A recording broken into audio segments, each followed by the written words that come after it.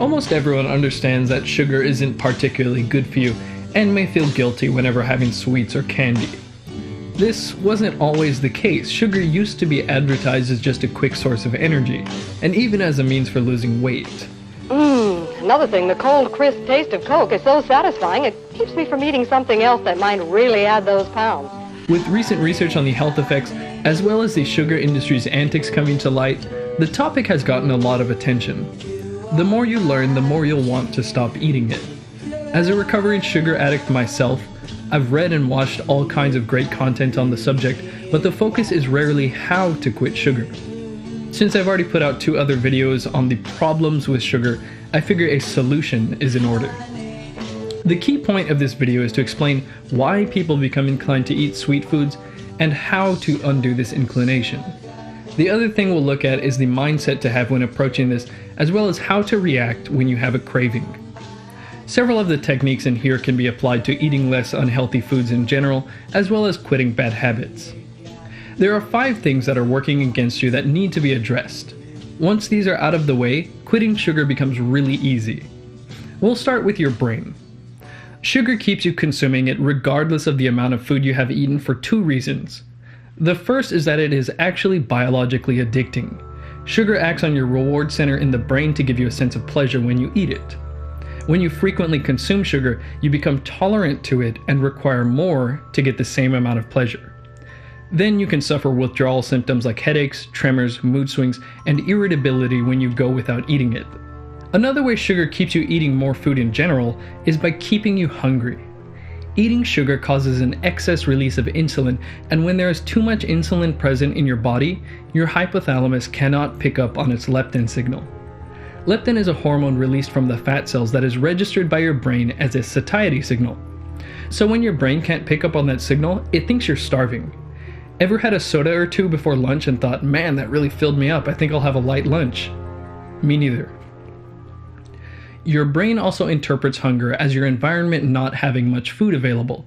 So it says, we need to use less energy by reducing activity, and we have to store whatever energy comes in. Anything that raises your energy expenditure makes you feel good, things like coffee, exercise, or ephedra. Anything like hunger that lowers your energy expenditure makes you feel crappy.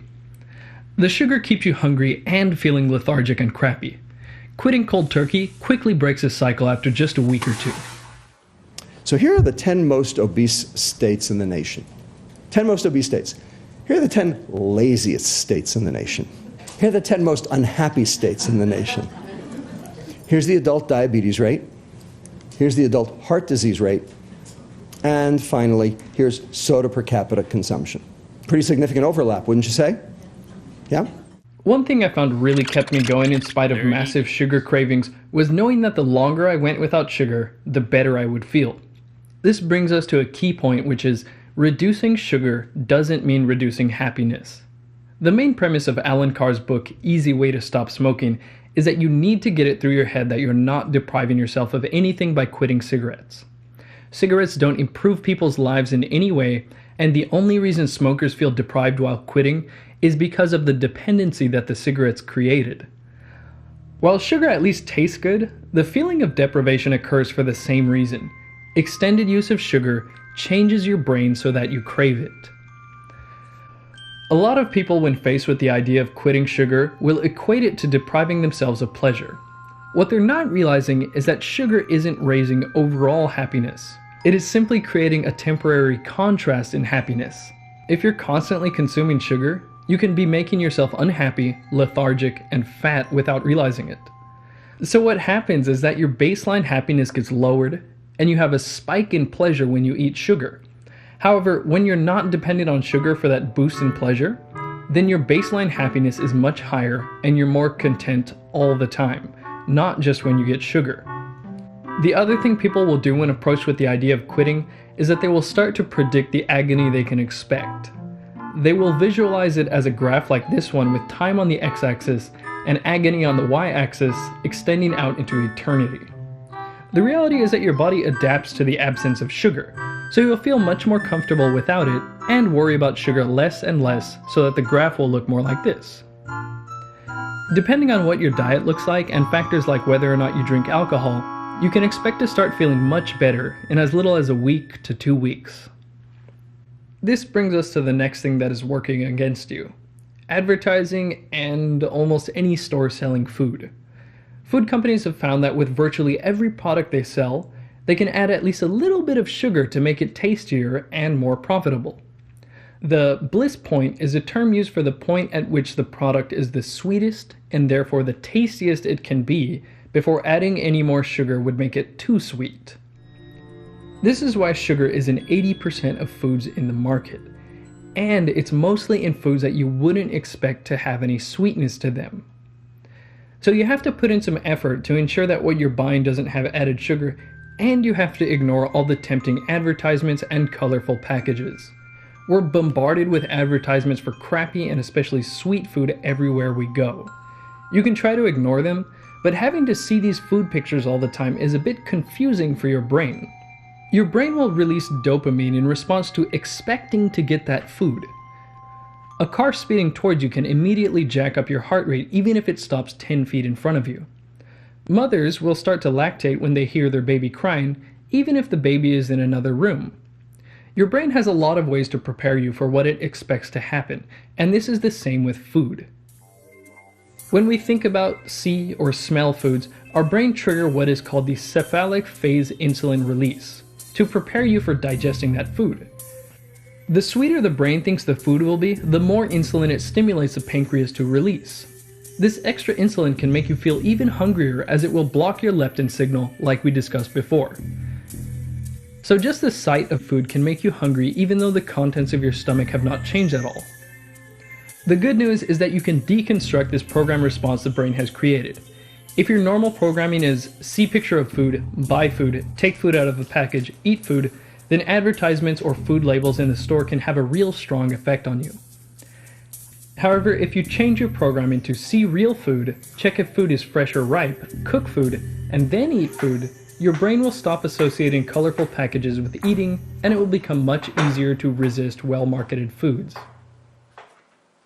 The next thing that you have working against you is your habits. In The Power of Habit, Charles Duhigg talks about the basal ganglia, a primitive part of the brain that takes long series of actions and packages them into a single chunk. So a task like unlocking your door, sitting down, putting your seatbelt on, adjusting your mirror, putting the key in ignition, and so on becomes just backing out of the driveway. Duhigg says that habits emerge because the brain is constantly looking for ways to save effort. Try and remember your commute to work in the morning yesterday. What do you remember about it?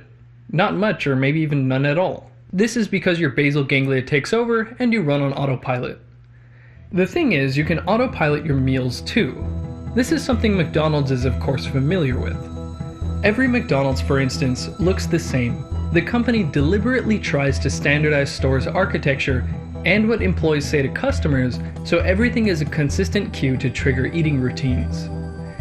As you repeat an action, a fatty tissue called myelin covers the axons of your neurons. Myelin speeds up nerve impulses, allowing actions associated with certain neurons to be performed with much less mental energy. This is where practice makes perfect comes from, but this also explains why people can get stuck into certain routines. You can get good at anything you do. But I'm pretty good at drinking beer. You can get good at deciding that you're better off going for the packaged food since you're too tired to cook. You can also get good at resisting cravings for junk food, buying some proper food and taking it home and cooking it. The other side to this is familiarity and nostalgia. Alan Hirsch describes nostalgia as not relating to a specific memory, but rather to an emotional state. In Robert Lustig's book Fat Chance, he says that food is one of the true enjoyments of life. Yet familiarity breeds greater cravings. Ask Philadelphians about their cheesesteaks, New Orleans denizens about their po' boys, and Bayonets or Memphians about their barbecue. Surprise, those are among the 3 most obese cities in the country. All this information I've been throwing at you about how your brain reacts to food and develops habits is designed to be ammo for when you have a craving. Understanding what causes the craving makes it much easier to control. In his TED Talk, Judson Brewer describes a technique that several smokers have used to kick their smoking habit. They just needed to analyze their smoking cravings and be mindful about what the craving felt like when it came up. They'd crave a cigarette and notice that their body was a little tense, heart rate may be sped up a little bit, and notice they were fidgeting in their chair. By simply being mindful about these aspects, subjects were able to step out of the craving and let it pass. Next time you feel the urge to buy some processed food or sugary snacks, think about why you're doing this. Are you just reacting to some advertisement you saw? Maybe you have a headache from the withdrawal period. Maybe you have a habit of turning to sweets when you are stressed. Analyzing and understanding what it is that's creating the craving makes it really easy to get it in control and let it pass.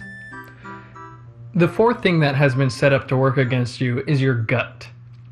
Sugar contributes to the breakdown of the intestinal barrier, resulting in a leaky gut, which increases your body's exposure to inflammation and creates several problems like worsening insulin resistance. Were you to insert a gastroscope into someone's stomach so that you could see their stomach lining, you could actually see the mucous membrane turn red with irritation upon drinking coffee sweetened with sugar. John Yudkin said in his 1972 book, Pure White and Deadly, that sugar may alter the numbers and proportions of huge numbers of different microbes that inhabit the intestine. The sorts of food that have been eaten will affect the proportion and numbers of the intestinal microbes. Recent evidence is showing that an unhealthy gut microbiome could be to blame for ADHD and autism in children, as well as Alzheimer's in older people and general brain fog in people of all ages. One way in which sugar affects your gut microbiome specifically is by facilitating the growth of the problematic Candida. Candida is a type of fungi, a single-celled member of the yeast family. An overgrowth of Candida can lead to problems like fatigue, weight gain, bloating and gas, irritable bowel syndrome, and constipation. Like other types of yeast, the preferred food for Candida is sugar. As the numbers of Candida increase, it is suspected that they can directly cause sugar cravings, as this is their preferred source of energy. This doesn't sound so far-fetched when you consider the fact that we have a network of 100 million neurons lining our guts. This network is so extensive that it's nicknamed the second brain. This second brain is thought to have a significant impact on your mood and overall health. One thing you can do to speed up the restoration of a healthy gut, as well as quitting sugar of course, is to eat fermented foods and take prebiotics and probiotics. The last problem, which for some people may be the easiest or hardest to address, is your family and friends. Pediatric endocrinologist Robert Lustig noticed that a sugar-addicted parent, similar to one who is drug-addicted, will act as an enabler, codependent, or apologist for her child. By the same token, your friends and family who frequently consume sugar will most likely prefer that you continue to eat what they eat. They might accuse you of having become a health nut, or tease you and claim that sugar isn't that big of a deal. Ever tried to hang out with your friends at the bar when you were cutting back on alcohol? You immediately have to offer up a good reason for not drinking, or you will be constantly badgered about getting a drink. I'm guilty of doing this to friends in the past myself. This part doesn't really need much advice, as most friends are kind enough to leave you be after you've refused sweets a couple times. Where this can get tricky is when your friends or family bring up certain points about sugar to justify why it's okay. The most common argument I've heard is sugar can't be that bad because it's in fruit. This is where one of the most effective actions comes in. Simply read as much as you can about the topic of sugar. This not only allows you to respond to any questions and concerns you're presented with, but will further strengthen your resolve towards quitting. Whatever reasons you had for quitting sugar initially, you'll have much more reasons to quit the more you read about what it does in the body. Oh, and by the way, it's the fiber in fruit that makes it okay. A properly done Atkins diet works, and a properly done plant-based vegan diet works, but one is high-carb, low-fat, and another is high-fat, low-carb. The traditional Japanese diet, the Mediterranean diet, the Ornish diet, and the Paleo diet all work. But the first three are high carb, and the Paleo diet is low carb. What all of these have in common is that they restrict processed foods and refined sugars. All the data points to restricting processed foods, and especially restricting refined sugars, being conducive to good health and proper weight management. This is the fight that is worth fighting. And high carb versus low carb can take a backseat for now. If you like this, make sure to subscribe and check me out on Patreon. I'm putting out videos on all kinds of topics as frequently as I can.